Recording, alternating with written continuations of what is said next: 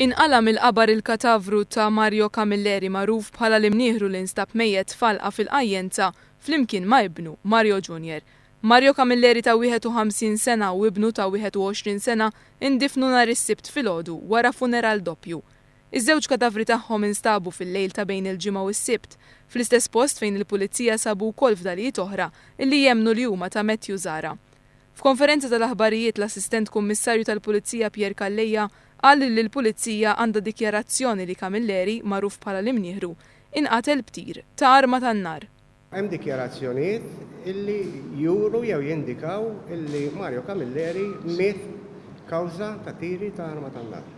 Iżda l-Gazzetta l-Orizzont tirrapporta kif il-patoloġisti isostnu mod ieħor. Fil-fatt sorsi qrib il-Pulizija qalu li waqt l-awtopsja rriżulta li minkejja li Mario Camilleri intlaqat minn balla li ġiet sparata fid-direzzjoni tiegħu il-balla ma daħlitx f'rasu. Dan ifisser li t-tir li kien sparat fid-direzzjoni tal-imnieħru waqt li huwa kien rikeb fil-van tat-tip Peugeot Partner ma setax ikkaġuna il-mewt tiegħu. Nifmu li dawn il-verżjonijiet differenti waslu l-maġistrat inkwirenti Dr. Edwina Grima biex tordna li l-kadavru ta' Mario Camilleri ta' 51 sena jinqala mill-qabar u jittieħed il-kamra mortwarja għal aktar eżamijiet forensiċi.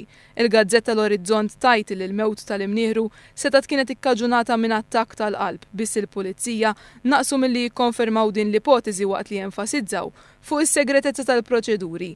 Brabta mal-qtil ta' Mario Camilleri u ta' ibnu Mario Camilleri Jr. il-Pulizija diġà resqet il-qorti lil Jason Galea u lil George Galea.